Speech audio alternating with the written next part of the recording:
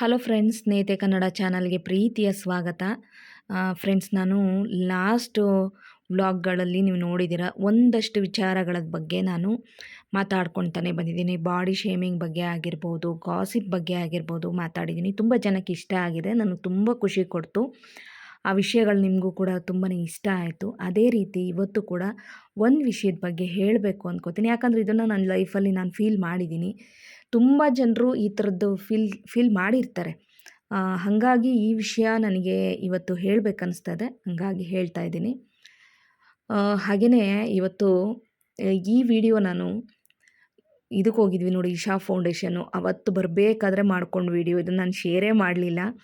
ಹಂಗಾಗಿ ಇವತ್ತು ಈ ವಿಡಿಯೋ ನಾನು ಶೇರ್ ಮಾಡ್ತಾ ಇದ್ದೀನಿ. ನಾವು ಆನ್ ದ ವೇಯಲ್ಲಿ ಬರ್ತಾ ಅವತ್ತು ನೈಟು ವಿಧಾನಸೌಧ ಕೂಡ ನೋಡ್ಕೊಂಡು ಬಂದ್ವಿ. ಸೊ ಹಾಗೆ ನೋಡ್ಕೊಳ್ತಾ ಬನ್ನಿ, ನಿಮಗೂ ಇಷ್ಟ ಆಗುತ್ತೆ. ಹಾಗೆ ನಾನು ಹೇಳ್ತಿರುವಂಥ ಈ ವಿಷಯ ಸರಿನೋ ತಪ್ಪೋ ನಿಮ್ಗೆ ಏನು ಅನಿಸುತ್ತೋ ಅದನ್ನು ನನಗೆ ಕಮೆಂಟ್ಸಲ್ಲಿ ತಿಳಿಸಿ. ಅದು ಸರಿಯಾಗಿದ್ದರೆ ಓಕೆ, ಒಪ್ಕೊಳ್ಳೋಣ. ತಪ್ಪಾಗಿದ್ದರೆ ಖಂಡಿತ ತಿದ್ಕೊಳ್ಳೋಣ. ನನ್ನ ಫೀಲಿಂಗ್ಸ್ ಸರಿನಾ ಅನ್ನೋದನ್ನು ಕಮೆಂಟ್ಸಲ್ಲಿ ತಿಳಿಸಿ. ಫ್ರೆಂಡ್ಸ್, ನಾನಿವತ್ತು ಮಾತಾಡ್ತಾ ಇರೋದು ಸೆಲ್ಫ್ ರೆಸ್ಪೆಕ್ಟ್, ಆತ್ಮಗೌರವದ ಬಗ್ಗೆ. ಯಾಕೆಂದರೆ ತುಂಬ ಜನರಿಗೆ ಕೆಲವೊಂದು ಸಂದರ್ಭಗಳಲ್ಲಿ ಆತ್ಮಗೌರವಕ್ಕೆ ಪೆಟ್ಟು ಬಿದ್ದಿರುತ್ತೆ. ಅಂಥ ಆತ್ಮಗೌರವಕ್ಕೆ, ಸೆಲ್ಫ್ ರೆಸ್ಪೆಕ್ಟಿಗೆ ಪೆಟ್ಟು ಬಿದ್ದಂಥ ಸಂದರ್ಭದಲ್ಲಿ ಹೇಗಾಗುತ್ತೆ ಅಂದರೆ ತುಂಬ ನೊಂದು ಬಿಡ್ತೀವಿ. ಆ ಸಮಯ ಮನಸ್ಸಿಗೆ ಸಖತ್ತು ಒಂಥರ ನೋವು ಕೊಡ್ತಾ ಇರುತ್ತೆ. ಅದು ತುಂಬ ದಿನ ನಮ್ಮ ಜೊತೆನೇ ಪಯಣ ಮಾಡ್ತಾ ಇರುತ್ತೆ, ನಮ್ಮಿಂದ ಹೊರಗಡೆ ಹೋಗೋದಿಲ್ಲ ಅದು. ಯಾಕೆ ಅಂದರೆ ಅದನ್ನು ಮತ್ತೆ ಮತ್ತೆ ಯೋಚಿಸ್ತಾ ಇರ್ತೀವಿ, ಮತ್ತೆ ಮತ್ತೆ ಒಂಥರ ಮನಸ್ಸಿಗೆ ನೋವು ತೊಗೊಳ್ತಾ ಇರ್ತೀವಿ ಅದನ್ನು. ಈಗ ಆಗ್ತಾ ಇದ್ದಾಗ ಏನಪ್ಪ ಇದನ್ನು ಯಾಕೆ ಈ ಥರ, ಸಮಾಜ ಯಾಕೆ ಈ ಥರ, ಜನರು ಯಾಕೆ ಈ ಥರ ಅಂತ ನಮ್ಮಲ್ಲಿ ನಮಗೆ ಕ್ವಶನ್ ಮಾರ್ಕ್ಗಳು ಬರ್ತಾ ಇರುತ್ತೆ. ನಮ್ಮನ್ನು ನಾವೇ ಬದಲಾವಣೆ ಆಗಬೇಕಾ, ಅಥವಾ ಈ ಸಮಾಜ ಅಂತೂ ಬದಲಾವಣೆ ಮಾಡೋದಕ್ಕಾಗೋದಿಲ್ಲ, ನಾವೇ ಬದಲಾವಣೆ ಆಗಬೇಕು, ನಾವು ಒಳ್ಳೆ ಸ್ಟೇಟಸ್ಸಿಗೆ ಬರಬೇಕು ಅಂತ ನಮಗೂ ಕೂಡ ಅನ್ನಿಸ್ತಾ ಇರುತ್ತೆ. ಸಂದರ್ಭಗಳು ಹೇಗಿರುತ್ತೆ ಅಂತಂದರೆ ಸ್ನೇಹಿತರೆ, ಎಲ್ಲ 5 ಬೆರಳು ಒಂದೇ ಥರ ಇರೋದಿಲ್ಲ ಅಲ್ವಾ. ಒಬ್ಬೊಬ್ಬರ ಜೀವನ ಒಂದೊಂದು ರೀತಿಯಾಗಿರುತ್ತೆ. ಮನುಷ್ಯ ಯಾವ ರೀತಿಯಾಗಿರ್ತಾನೆ ಸಮಾಜದಲ್ಲಿ ಅಂತಂದರೆ, ಅವನು ಮಾಡುವಂಥ ವೃತ್ತಿ ನೋಡ್ಬಿಟ್ಟು ಅವನಿಗೆ ಗೌರವ ಕೊಡುವಂಥದ್ದು. ಹಾಗೆಯೇ ಅವನ ಮೈ ಮೇಲಿರುವಂಥ ಆಭರಣಗಳು, ಅವನು ಉಡುವಂಥ ಬಟ್ಟೆಗಳನ್ನು ನೋಡಿ, ಅವನ ಪ್ರಾಪರ್ಟಿ ನೋಡ್ಬಿಟ್ಟು, ಅವನ ಸ್ಟೇಟಸ್ ನೋಡ್ಬಿಟ್ಟು ಅವನಿಗೆ ಗೌರವ ಕೊಡುವಂಥದ್ದು ಇರುತ್ತೆ. ಖಂಡಿತ ನಾನು ಇದನ್ನು ಒಪ್ಕೊಳ್ಳೋದಿಲ್ಲ. ಯಾಕೆ ಅಂದರೆ ಅವನಿಗೆಲ್ಲ ಇದ್ದು ಕೂಡ ಅವನು ಒಳಗಡೆ ಒಳ್ಳೆ ಗುಣ ಇಲ್ಲದೆ ಇರುವಂಥದ್ದು, ಅವ್ನು ಮಾಡೋ ರೀತಿ ಕೆಡಕಾಗಿ ಮಾಡುವಂಥದ್ದು, ಜನರಿಗೆ ಹಿಂಸೆ ಕೊಡುವಂಥದ್ದು, ಅಕ್ಕಪಕ್ಕದವರಿಗೆ ತೊಂದರೆ ಕೊಡುವಂಥದ್ದು, ಇಲ್ಲ ಅವನಲ್ಲಿರುವಂಥ ಒಂದು ದುಶ್ಚಟಗಳಿಂದ ಅವನ ಕುಟುಂಬಕ್ಕೆ ತೊಂದರೆ ಆಗ್ತಾ ಇರುತ್ತೆ ಸಮಟೈಮ್ಸು. ಇಂಥ ವ್ಯಕ್ತಿಗಳಿಗೆ ಗೌರವ ಸಿಗ್ತಿರುತ್ತೋ ಹೊರತು, ಒಬ್ಬ ವ್ಯಕ್ತಿ ಸರಿಯಾದ ರೀತಿ ಅವನು ಒಳ್ಳೆ ರೀತಿ ನ್ಯಾಯಯುತವಾಗಿ ದುಡ್ಕೊಂಡು ಬಂದು ಅವನ ಕುಟುಂಬನ ಸಾಕ್ತಾಯಿದ್ದು, ಅವನ ಮನೆ ಒಳಗಡೆ ಅವನಿದ್ದು, ಅವನು ಯಾರ ತಕರಾರುಗಳಿಗೆ ಹೋಗದೆ ಒಬ್ಬ ಸಮಾಜದಲ್ಲಿ ಒಂದು ಒಳ್ಳೆ ರೀತಿಯಲ್ಲಿದ್ದು ಬದುಕ್ತಾ ಇದ್ದೋ, ಅವ್ರ ಮಕ್ಕಳನ್ನ ಸಮಾಜಕ್ಕೆ ಒಂದು ಒಳ್ಳೆ ಮಾದರಿಯಾಗಿ ಬೆಳೆಸ್ಬೇಕು ಅಂತ ಬೆಳೆಸ್ತಾ ಇರ್ತಾನೆ, ಅವನಿಗೆ ಆ ಗೌರವ ಸಿಗಲ್ಲ. ಯಾಕಂದರೆ ಅವ್ನು ಮಾಡ್ತಾ ಇರೋ ವೃತ್ತಿ ಒಂದು ಸ್ವಲ್ಪ ಕೆಳಮಟ್ಟದ ವೃತ್ತಿ ಆಗಿರುತ್ತೆ. ಯಾವ ವೃತ್ತಿನೂ ಕೆಳಮಟ್ಟ ಮೇಲ್ಮಟ್ಟ ಅಂತ ನಾನು ಹೇಳೋದಕ್ಕೆ ಹೋಗೋದಿಲ್ಲ. ಸಮಾಜ ಆ ರೀತಿ ಪರಿಕಲ್ಪನೆ ಇದೆ. ಯಾಕಂದರೆ ಒಬ್ಬ ಡ್ರೈವರ್ ಅಂದರೆ ಅವನು ಕೆಳಗಿನ ಮಟ್ಟದವನು, ಒಬ್ಬ ಕೂಲಿ ಕಾರ್ಮಿಕ ಅವನು ಕೆಳಗಿನ ಮಟ್ಟದವನು. ಅದೇ ಒಂದು ಸರ್ಕಾರಿ ಜಾಬಲ್ಲಿರುವಂಥವ್ರು ಮೇಲ್ಮಟ್ಟದಲ್ಲಿರೋರು, ಒಂದು IT-BTಲಿ ಕೆಲಸ ಮಾಡೋವಂಥವ್ರು ಮೇಲ್ಮಟ್ಟದಲ್ಲಿರೋರು, ಅವರಿಗೆ ನಾವು ಬೇರೆ ರೀತಿ ರೆಸ್ಪೆಕ್ಟ್ ಕೊಡಬೇಕು, ಇವರಿಗೆ ನಾವು ಬೇರೆ ರೀತಿ ರೆಸ್ಪೆಕ್ಟ್ ಕೊಡಬೇಕು ಅಂತ ಈ ಜನರಲ್ಲಿ ಮೈಂಡ್ ಸೆಟ್ ಆಗಿರುತ್ತೆ. ನಾವು ಯಾವ ಥರ ಫೀಲ್ ಮಾಡ್ತಾ ಇರ್ತೀವಿ, ನಾವು ಇರುವಂಥ ಸ್ಥಳದಲ್ಲಿ ಫೀಲ್ ಮಾಡ್ತಾ ಇರ್ತೀವಿ ಅದನ್ನು. ಈಗ ಅಲ್ಲೇ ಒಂದು ಜಾಗದಲ್ಲಿ ಏನಿರುತ್ತೆ, ಆ ಸರೌಂಡಿಂಗಲ್ಲಿ ನಾವು ಇರುವಂಥ ಜಾಗದಲ್ಲಿ ಆ ರೆಸ್ಪೆಕ್ಟ್ ಅನ್ನೋದಕ್ಕೆ ಯೋಗ್ಯನೇ ಇರೋದಿಲ್ಲ. ಆ ಥರ ಪೀಪಲ್ಸ್ ಇರ್ತಾರೆ ಅವ್ರ ಗುಣದಲ್ಲಿ.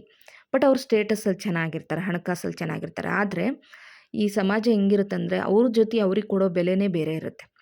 ನಾವು ಒಳ್ಳೆ ರೀತಿ ಬದುಕು ನಡೆಸ್ತಾ ಇದ್ರು ಕೂಡ ನಮ್ಮ ಜೊತೆ ಅವ್ರು ಮಾತಾಡುವಂಥ ರೀತಿ ಬೇರೆ ಇರುತ್ತೆ. ಮುಖ್ಯವಾಗಿ ಈ ವಾಯ್ಸ್ ವೇರಿಯೇಷನ್ ಇದೆ ನೋಡಿ, ಅದನ್ನು ನಾನು ಸಹಿಸಲ್ಲ ಯಾವಾಗಲೂ ಅಷ್ಟೇ. ಒಂದು ಕಡೆ 4 ಜನ ನಿಂತಿದ್ದಂಥ ಸಂದರ್ಭದಲ್ಲಿ ಒಬ್ಬರ ಹತ್ರ ಮಾತಾಡ್ಬೇಕಾದ್ರೆ ಅವ್ರನ್ನ ಬೇರೆ ರೀತಿ ಮಾತಾಡಿಸ್ತಾ ಇರ್ತಾರೆ, ನಮ್ಮನ್ನು ಬೇರೆ ರೀತಿ ಮಾತಾಡಿಸ್ತಾ ಇರ್ತಾರೆ. ನಮಗೆ ಗೊತ್ತಾಗ್ಬಿಡುತ್ತೆ, ಅವರ ಪ್ರೌಢತೆ ಗೊತ್ತಾಗುತ್ತೆ, ಅಂದರೆ ಅವರ ಮೆಚ್ಯೂರಿಟಿ ಎಷ್ಟಿರುತ್ತೆ ಅನ್ನೋದು ನಮಗೆ ಅಲ್ಲಿ ಗೊತ್ತಾಗ್ತಾ ಇರುತ್ತೆ. ಇದನ್ನು ನಾವು ಫೀಲ್ ಮಾಡ್ತಾ ಇರ್ತೀವಿ. ಇನ್ನು ಒಂದು ಕುಟುಂಬ ಅಂತಲೇ ಇಟ್ಕೊಳ್ಳಿ, ಅಲ್ಲಿ ನಾವು ಒಂದು ಫಂಕ್ಷನ್ಗೆ ಹೋಗಿರ್ತೀವೋ ಇನ್ನೇನಕ್ಕೋ ಹೋಗಿರ್ತೀವಿ. ಅಲ್ಲಿದ್ದಂಥ ಸಂದರ್ಭದಲ್ಲಿ ಅಕ್ಕ ತಂಗಿರೇ ಆಗಿರಲಿ, ಇಲ್ಲ ನಮ್ಮ ಫ್ಯಾಮಿಲಿ ಮೆಂಬರ್ಸ್ ಆಗಿರಲಿ, ನಾವು ಹೋಗಿರ್ತೀವಿ ಅಂದ್ಕೊಳ್ಳಿ. ಹೋಗಿದಾಗ ಅವ್ರು ನೋಡೋದು ನಮ್ಮ ಮೈ ಮೇಲಿರೋ ಉಡುಗೆ ತೊಡುಗೆ, ನಮ್ಮ ಮೈ ಮೇಲಿರುವಂಥ ಒಡವೆಗಳನ್ನ ನೋಡಿಬಿಟ್ಟು ನಮಗೆ ಬೆಲೆ ಕೊಡುವಂಥದ್ದು, ನಮ್ಮನ್ನು ಗೌರವ ಕೊಡುವಂಥದ್ದು, ನಮ್ಮ ಸ್ಟೇಟಸ್ನ ಅಳೆಯುವಂಥದ್ದು, ನಮಗೆ ರೆಸ್ಪೆಕ್ಟ್ ಕಡಿಮೆಯಾಗಿ ಮಾತಾಡುವಂಥದ್ದು, ಈ ರೀತಿ ಎಲ್ಲ ಇರುತ್ತೆ. ಅದ್ರ ಜೊತೆಗೆ ಒಂದಷ್ಟು ತುಚ್ಚು ಮಾತುಗಳನ್ನು ಹೇಳ್ತಾ ಇರ್ತಾರೆ, ಅವರ ರಿಚ್ನೆಸ್ನ ಪ್ರದರ್ಶನ ಮಾಡ್ತಾ ಇರ್ತಾರೆ. ನಮ್ಮ ಮುಖಾಂತರ ನಮ್ಮ ಎದುರಿಗೆ ಬಂದು ಪ್ರದರ್ಶನ ಮಾಡ್ಕೊಳ್ಳೋದು ಬಿಡೋದು ಅವ್ರಿಗೆ ಬಿಟ್ಟಿರುವಂಥದ್ದು. ಬಟ್ ನಮ್ಮ ಎದುರುಗಡೆ ಬಂದು ನೀನು ಯಾಕೆ ತೊಗೊಂಡಿಲ್ಲ, ನೀನು ಯಾಕೆ ಮಾಡಿಲ್ಲ, ನೀನು ಯಾಕೆ ಈ ಥರ, ಈ ಥರ ಎಲ್ಲ ನಮ್ಮನ್ನ ಕೆಲವೊಮ್ಮೆ ಸ್ವಲ್ಪ ಹೀಯಾಳಿಸೋ ರೀತಿ, ಸ್ಟೇಟಸ್ ನಮಗೆ ಕಡಿಮೆ ಇರೋ ಮಾತ್ರದಿಂದ ನಾವು ಸಮಾಜದಲ್ಲಿ ನೋಡ್ತಾ ಇರ್ತೀವಿ. ಅಲ್ಲಿ ಕೆಲವ್ರು ಹೇಗಿರುತ್ತೆ, ಒಂದು ಏನಕ್ಕೂ ಕೂಡ ಕರೆಯಲ್ಲ, ಸುಮ್ಮನೆ ಕರೆದು ಬಿಟ್ಟಿರ್ತಾರೆ, ನಾವು ಹೋಗ್ಬಿಟ್ಟಿರ್ತೀವಿ. ನಮ್ಮನ್ನಲ್ಲಿ ಬನ್ನಿ ಅಂತನೂ ಕೂಡ ಅವರು ಸರಿಯಾಗಿ ಗೌರವಯುತವಾಗಿ ನಡ್ಕೊಳ್ಳಲ್ಲ. ಈ ಥರದ್ದನ್ನೆಲ್ಲ ಅನುಭವಿಸ್ತಾ ಇರ್ತೀವಿ. ನಮಗೆ ಅವಾಗಲೇ ಅನಿಸೋದು, ಮನುಷ್ಯನಿಗೆ ಹಣ, ಆಸ್ತಿ, ಅಂತಸ್ತು ಇದ್ದರೆ ಮಾತ್ರ ಗೌರವ ಹೊರತು, ಅವನ ಮೌಲ್ಯಗಳಿಗೆ ಅವ್ನು ನಡ್ಕೊಳ್ತಾ ಇರೋ ರೀತಿ, ಅವನ ಸಮಾಜದಲ್ಲಿ ಬದುಕ್ತಾ ಇರುವಂಥ ರೀತಿ, ಯಾವುದೇ ದುಶ್ಚಟಗಳಿಲ್ಲದೆ ಅವನ ಕುಟುಂಬದಲ್ಲಿ ಅವನು ಗೌರವಯುತವಾಗಿ ಅವನ ಕುಟುಂಬ ಅಂದರೆ ಅವನ ಫ್ಯಾಮಿಲಿ ಮೆಂಬರ್ಸ್‌ಗೋಸ್ಕರ ಅವ್ನು ಸರಿಯಾದ ದಾರಿಯಲ್ಲಿ ದುಡಿತಾ ಇದ್ರೂ ಕೂಡ ಅವ್ನು ಮನುಷ್ಯನಿಗೆ ರೆಸ್ಪೆಕ್ಟ್ ಇರಲ್ಲ. ಯಾಕಂದರೆ ಅವನ ವೃತ್ತಿ ನೋಡಿ ಅಳಿತಾರೆ. ಆ ಕುಟುಂಬದಲ್ಲಿರುವಂಥ ಸ್ಟೇಟಸ್ ನೋಡಿ ಸಮಾಜ ಅಳೆಯುತ್ತೆ. ಇದು ನಂಗೆ ತುಂಬಾ ಒಂದೊಂದು ಸತಿ ಬೇಜಾರಾಗುತ್ತೆ. ಏನೂ ಮಾಡೋಕ್ಕಾಗಲ್ಲ. ಸಮಾಜ ಇದೇ ದಾರಿಯಲ್ಲಿ ಹೋಗ್ತಾ ಇದ್ದಾಗ ಎಲ್ಲರೂ ಕೂಡ ಕುರಿಗಳ ಮಂದಿ ಹಂಗೆ ಅದೇ ದಾರಿಯಲ್ಲಿ ಹೋಗ್ತಾ ಇರ್ತೀವಿ ಹೊರತು ನಾವು ಬದಲಾವಣೆಯನ್ನು ಮಾಡ್ಕೊಳ್ಳೋದಕ್ಕಾಗಲ್ಲ. ನಮ್ಮನ್ನು ನಾವೇ ಬದಲಾವಣೆ ಮಾಡ್ಕೋಬೇಕು ಹೊರತು ಸಮಾಜನಂತೂ ಖಂಡಿತವಾಗ್ಲೂ ಬದಲಾವಣೆ ಮಾಡೋಕ್ಕಾಗಲ್ಲ. ಆದರೆ ಈ ವಾಯ್ಸ್ ರೈಸ್ ಮಾಡಿ ಒಂದೇ ಸಮುದಾಯದಲ್ಲಿ ಅಲ್ಲೇ ನಾವು ಬದುಕ್ತಾ ಇದ್ದಂಥ ಸಂದರ್ಭದಲ್ಲೇ ಈವನ್ ಒಂದೇ ಬಿಲ್ಡಿಂಗ್ ಅಂತಲೂ ಅಂದ್ಕೋಬೋದು. ಒಬ್ರಿಗೊಂದು ರೆಸ್ಪೆಕ್ಟು, ಇನ್ನೊಬ್ರಿಗೊಂದು ರೆಸ್ಪೆಕ್ಟು. ಒಬ್ಬರಿಗೆ ಒಂದು ರೀತಿ ನೋಡುವಂಥದ್ದು, ಇನ್ನೊಬ್ರಿಗೊಂದು ರೀತಿಯಾಗಿ ನೋಡುವಂಥದ್ದು. ಈ ರೀತಿ ಮಾಡೋವಂಥ ಜನಗಳ ಮಧ್ಯದಿಂದ ನಾವು ದೂರ ಉಳಿಬೇಕಂತೆ. ಆ ಸಂದರ್ಭದಲ್ಲಿ ಮತ್ತು ಆ ವ್ಯಕ್ತಿಗಳಿಂದ ನಾವು ದೂರ ಉಳಿಬೇಕು ಅಂತ ಹೇಳ್ತೀವಿ. ಹಾಗಾಗಿ ನಾನು ಈ ವಿಷಯ ನಿಮ್ಮ ಜೊತೆ ಹಂಚ್ಕೊಬೇಕು ಅಂತ ಅನ್ನಿಸ್ತು. ಸೊ ನಿಮ್ಮಲ್ಲೂ ಕೂಡ ಈ ಥರದ್ದು ಫೀಲಿಂಗ್ಸ್ ಮಾಡೇ ಇರ್ತೀರ. ಕುಟುಂಬದಲ್ಲಿ ಈ ರೀತಿ ತಾರತಮ್ಯಗಳನ್ನ ನೋಡಿರ್ತೀರ. ಒಂದೇ ಮನೆಯಲ್ಲಿ ತಾರತಮ್ಯ ನೋಡಿರ್ತೀರ. ಈಗ ಒಬ್ಬ ತಾಯಿ ಮಕ್ಳುಗಳನ್ನ ಮದುವೆ ಮಾಡಿಕೊಟ್ಟಿರ್ತಾರೆ. ಅಲ್ಲಿ ಒಬ್ಬಳು ಮಗಳ ಜೀವನ ಚೆನ್ನಾಗಿರುತ್ತೆ, ಇನ್ನೊಬ್ಳು ಮಗಳ ಜೀವನ ಸ್ವಲ್ಪ ಲೋ ಇರುತ್ತೆ ಅಂತ. ಅಂದರೆ ಹಣಕಾಸಿನದ್ರಲ್ಲಿ ಸ್ವಲ್ಪ ಲೋ ಇರುತ್ತೆ. ಅಲ್ಲಿ ಅಳಿಯನಿಗೆ ಬೆಲೆ ಬೇರೆ ಥರ ಇರುತ್ತೆ.